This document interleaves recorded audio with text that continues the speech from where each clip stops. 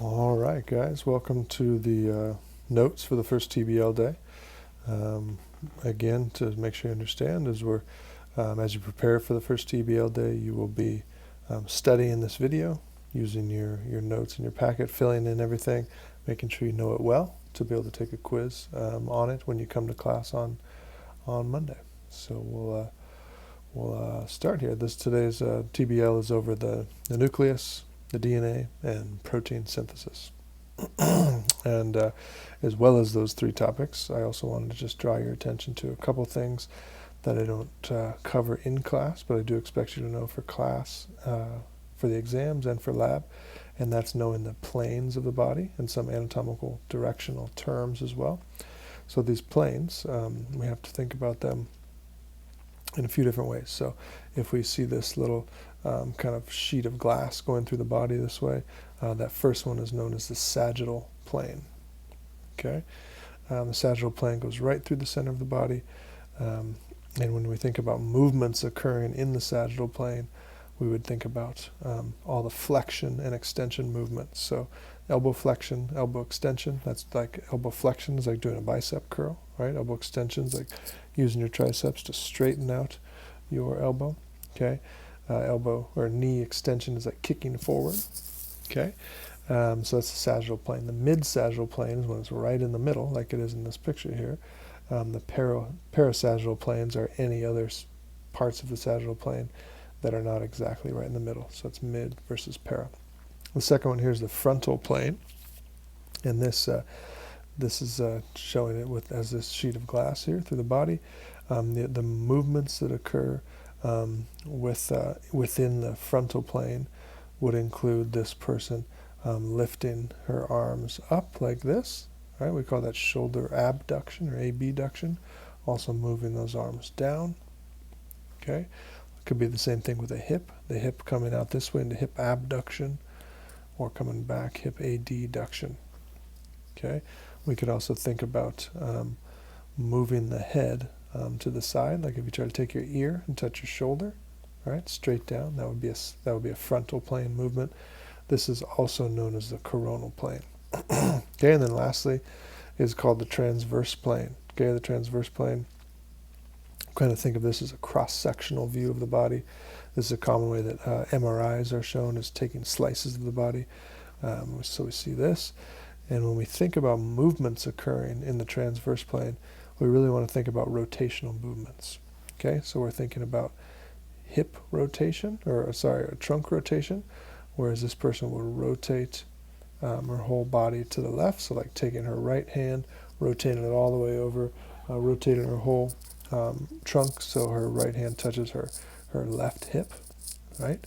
We could also think about rotation of the hip, so just twisting that hip around. Same thing with the shoulder, can rotate.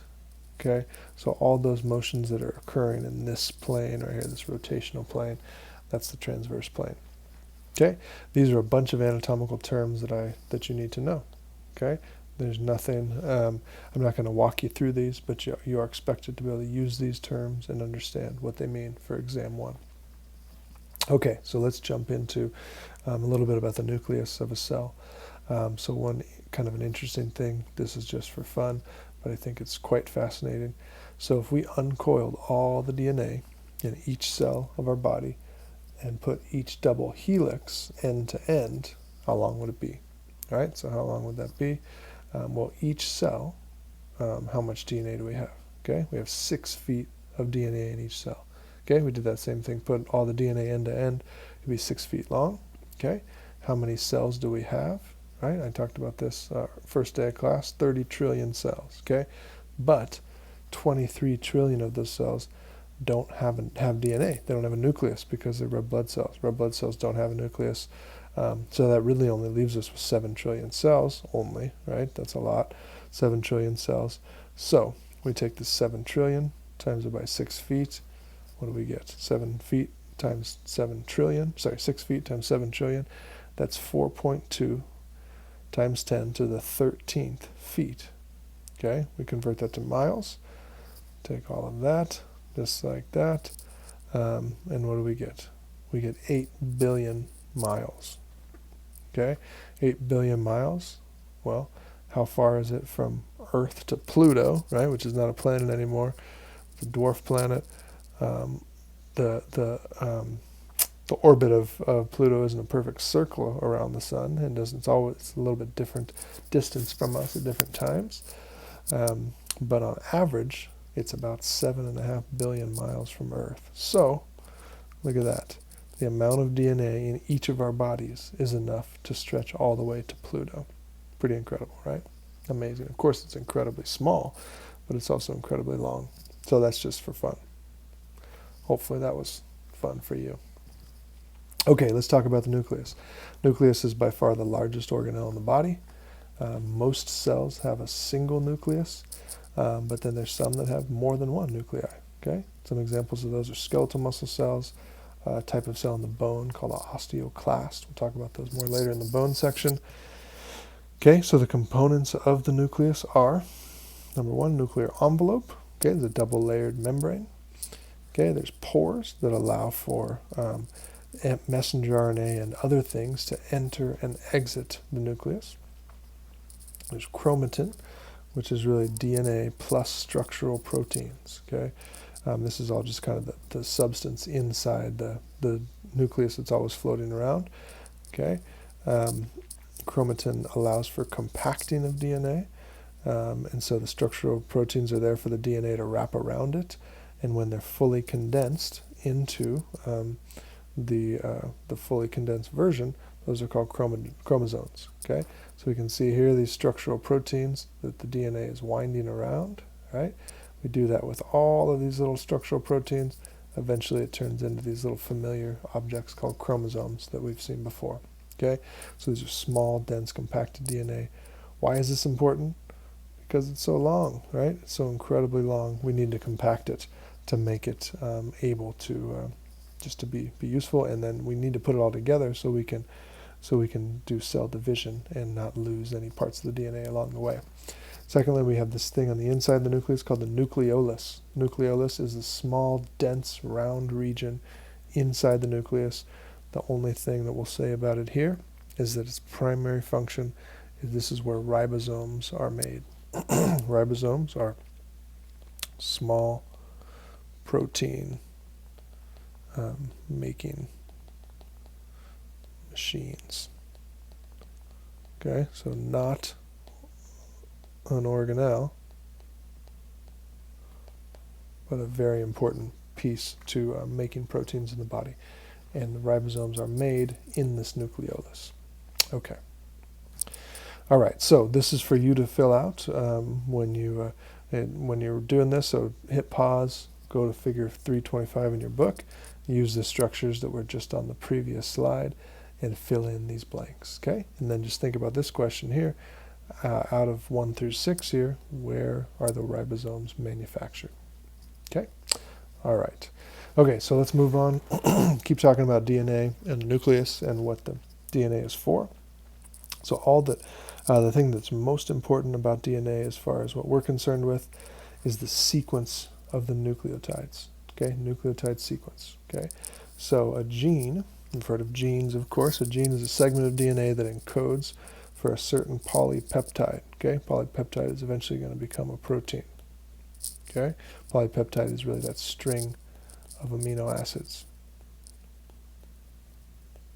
all bound together. Okay, humans have about 25,000 genes. Okay, so a small gene might include about 210 base pairs. All right, but then remember, in what it says here, for every 3 bases, we code for 1 amino acid. All right, so that's why it says 210 base pairs will give you 70 amino acids. Right, 210 divided by 70 is 3. All right. So every 3 bases, okay, so that's like the T and the G and the C, right? Those 3 bases are going to encode for 1 amino acid. Okay, so that's why the sequence matters. Okay, so for example, 3 A's in a row is going to code for phenylalanine. That's an amino acid, right? CCT is going to code for glycine. That's an amino acid as well. Okay, so the order and the sequence of these things calls for specific amino acids. So if we put all the triplets together in a gene, that really forms a sentence that encodes the whole protein, or at least one polypeptide. Okay, so that's really what DNA does. Okay, so we've talked about this cell cycle a little bit before, but the key here idea is the cell cycle includes the G1 phase, the S phase, and the G2 phase. Okay, and you can see G1, S, and G2. Those are all part of interphase, right? Interphase. But then after that, we go to M phase, or the cell division phase. Okay, and that's in normal cells, mitosis. Okay, so the thing that we're really interested in here when we talk about DNA replication is going to be the S phase. And what the S stands for is synthesis, DNA synthesis. That means to make something, right? If we synthesize something, we make something. So what's happening in that S phase? DNA is being replicated. Okay, so this is DNA replication. The reason this has to happen is because when we get down here to mitosis, we split that cell from one cell into two, we got to have enough DNA for this cell as well as for this cell. Both those cells need to be fully functional cells. So we got to double that DNA, and that happens up here in the S phase.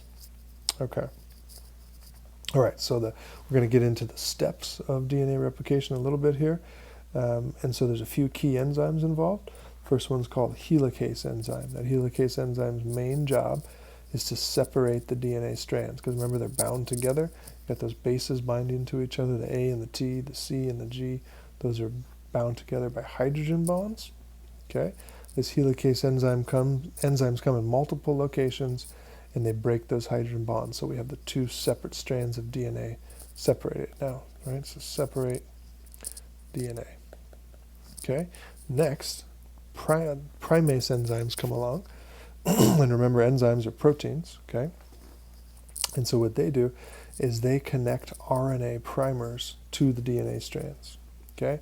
Because the next enzyme we're going to talk about in a second, that's DNA polymerase, it can't start from scratch. It needs to start with those RNA primers in place, okay? So then what happens from there is each DNA strand is going to get the complementary base pairs added to it. Okay, so that's where the DNA polymerase enzyme comes into play. DNA polymerase comes in, it uses those two old strands to create two new strands. So old strands, new strands, right? So it's taking that one old strand that was there and adding the complementary base pairs to each base along that old strand. And then along the way, it's also going to remove those RNA primers that we started up here with the primase enzymes.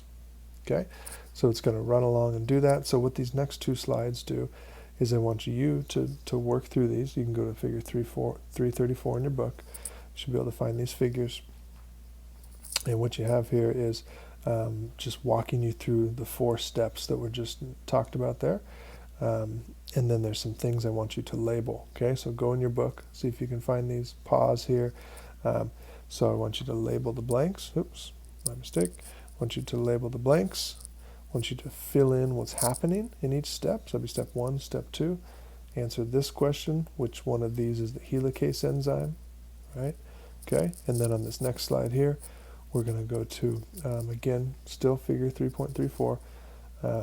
Again, you're going to label the blanks, fill in what's happening in each step, explain it using words, write it down. Steps 3 and 4, and then I'll help you with this question: why is this called semi-conservative replication? It really goes back to the initial theories and research around trying to understand how DNA replication occurs, and there were some other theories out there at the time. One was called conservative, one was called something else, but the one that they landed on that was the correct answer was semi-conservative, and the idea is instead of the cell just making a whole new set of DNA, it uses this old strand, right? It uses this old strand, and then it just adds these new base pairs right to it, right? Same thing here, adds these new base pairs to it. So in order to get these 2 strands that we end up with here, right? We're taking the old strand, that each of these two strands include an old strand and a new strand, right? Old strand, new strand.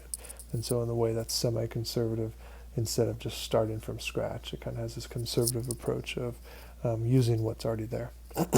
Okay, so you will need to know the details of DNA replication and those steps involved and knowing what those enzymes do. Okay, we can have mistakes along the way. We can have errors in DNA during replication. Okay, there's special enzymes that go along and they're looking for these errors, and they usually catch them and correct them. Okay, but if they're not corrected, then they can be passed. That's what's called a mutation, and that can be passed to all future cells, because that cell with the messed up DNA can then divide, and it gives the messed up DNA to all the cells down the line. Okay, there's two types of cells, two types of mutations. Somatic mutation is in a cell that the body can, just a body cell, and this can affect an actual tissue, right? If a skin cell does this, it could turn into skin cancer. Okay, but that can't be passed on. Okay, can't be passed to offspring. But if we get cells that are dividing to make sperm or eggs, and we get a mutation in one of those, that's called a germline mutation, and that can be passed to offspring. Okay, and so really what this causes when the DNA gets messed up, in either case, the somatic mutation or the germline mutation, we may end up with the incorrect amino acid, and then we may end up with a non-functional protein. We'll talk more about that later. Okay, so let's talk a little bit about protein synthesis. This is a very, very basic view of protein synthesis. If you take other classes like Bio 210 or Bio 220, you'll go into a lot more detail on how all of this works. But for this class, we just look at the basics of how this goes. So this is a very nice image to take you through the general steps, overall steps. So there's really three major steps of protein synthesis, and that's transcription, translation, and modification. Okay, transcription is going to happen in the nucleus, and the whole point of transcription is using the DNA to make messenger RNA. Okay, that messenger RNA is going to make its way out of one of those nuclear pores. It's going to meet up with a ribosome, right? It gets fed right into this ribosome. Okay, the ribosome's right here. All right, that ribosome is going to go along the messenger RNA, kind of read the base pairs, call for specific amino acids based on the code, the triplets that are found. And then these guys right here, these are called transfer RNA, right? tRNA. They're going to bring the correct amino acids to the ribosome, and then the ribosome has a job of binding all of these amino acids together, and that's what creates the polypeptide, and that's called translation. Okay, and then lastly, once that polypeptide is created, it can go out of the rough ER where it had the ribosomes into the Golgi apparatus, and the Golgi apparatus has a job of kind of modifying and putting any finishing touches on the protein and making it finally the functional protein. Okay, so that's the overview. Just a point of clarification, to just make sure you don't get confused between replication and protein synthesis. Replication is really the process of replicating the DNA to make two complete sets of DNA so we can do cell division. Okay, for cell division. Protein synthesis, on the other hand, involves those three steps. There's three steps: transcription, translation, and protein modification. The point is to make proteins. Okay, so let's look a little bit closer at a couple of those. Transcription, again, the definition is production of messenger RNA from DNA. Okay, DNA serves as the template for RNA. There's always going to be some type of transcription factor that goes in and binds to the DNA somewhere and tells the enzymes where to start making that messenger RNA. So this could be something like a protein, a vitamin, or even a steroid. Okay, so one example of this is testosterone. Testosterone is the male sex hormone, right? That actually goes right down into the nucleus, binds to the DNA, and tells the correct enzymes where to start making the protein to start making protein. Okay, so that's gonna bind to that DNA and then form messenger RNA. Okay, and so the example in using this DNA as a template to make this messenger RNA, right? We take the complementary bases of the DNA in the form of RNA, and we bind them here, right? So A is going to go with U, and so the one difference here is that their T does not exist in messenger RNA, or in RNA, all right? So instead of A binding with T, like it would if it was DNA to DNA, A is going to bind with U. But everything else is just the same: G to C, C to G, T to A, T to A, C to G, G to C, A to U, and T to A. Okay, so this is our new messenger RNA strand that was just transcribed via transcription. Okay, so that's transcription. Once that messenger RNA is created, it's going to come out of the pore of the nucleus and make its way to the rough ER, right? So rough ER, it looks rough because it has ribosomes on it. So that messenger RNA is going to make it to a ribosome, right? And as we just talked about, it's going to get read through the ribosome, and it's going to be, that ribosome is going to be looking for triplet codons. Okay, there are start codons and stop codons, right? So the start is always going to be AUG. So when that ribosome finds AUG, that's when it knows to start calling in for amino acids. Okay, so it's going to hit the first AUG it gets to, and then from there, it's going to be calling for different amino acids, binding those together, and really what's happening is it's translating from the language of RNA to the language of amino acids, and that's why it's called translation. Okay, and so this table is going to be very important for you to use. In a second, I'm going to have you do some work on this and practice work on this. And so if you have 3 U's in a row, then you're going to end up with this amino acid, phenylalanine. Right? If you have AAC right here, then you're going to end up with this amino acid here. Right? And all of these amino acids over here, you definitely don't have to memorize amino acids. You don't have to memorize this table, but you do need to know how to use this table. Okay? And then finally, once it gets all those amino acids in, those are brought by the transfer RNA, it's going to reach one of these 3 options of a stop codon, and then that tells the ribosome to stop making the polypeptide. It gets released, and it's off on its way to the next step.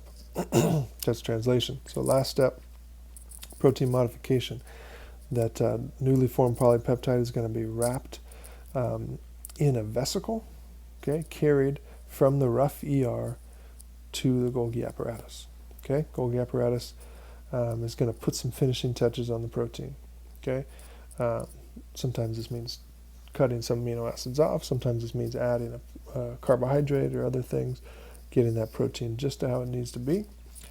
And then the Golgi apparatus will package the protein and kind of sort it and mark it for its destination. Okay, so some proteins are going to stay right in the cell, or they're going to be released via exocytosis.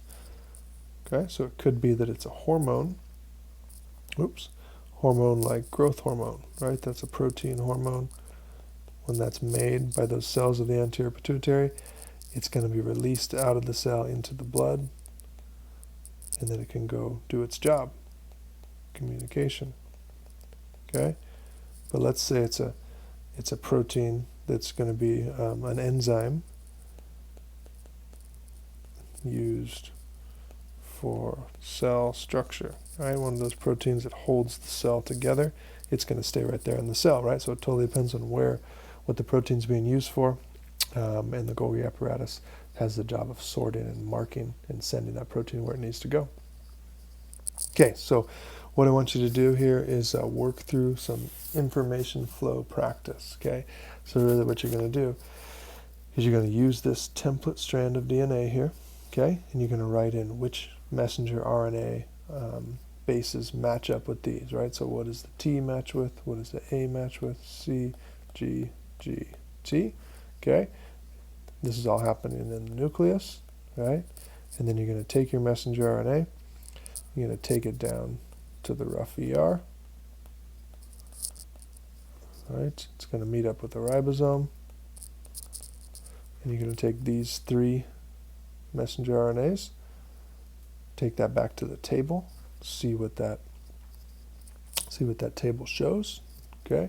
And then you're going to choose your amino acid based on that table. Same thing with these 3 amino acids. Take that to the table too, and write in your amino acid there. Okay. All right. So go ahead and you can practice with that, and I'll go ahead and show you the answers here. So that's what we got, and that's what we got. Okay. So you got to make sure you end up with the right. Right amino acid both times. Right messenger RNA bases. This is something you'll need to be able to do for the TBL day. Okay. And so what I recommend is using this as a template. Go to Concept Boost on page 107 and do some practice with this. Okay. Write it out yourself. Take this and start with that. Cover all this stuff up on the bottom here, and then go ahead and work through. Write out your messenger RNA. Okay. You won't have to write out the transfer RNA. Okay. Skip that step and go right to the amino acid. Go right from the messenger RNA to the amino acid. Practice that. Make sure you know how to do that using the table.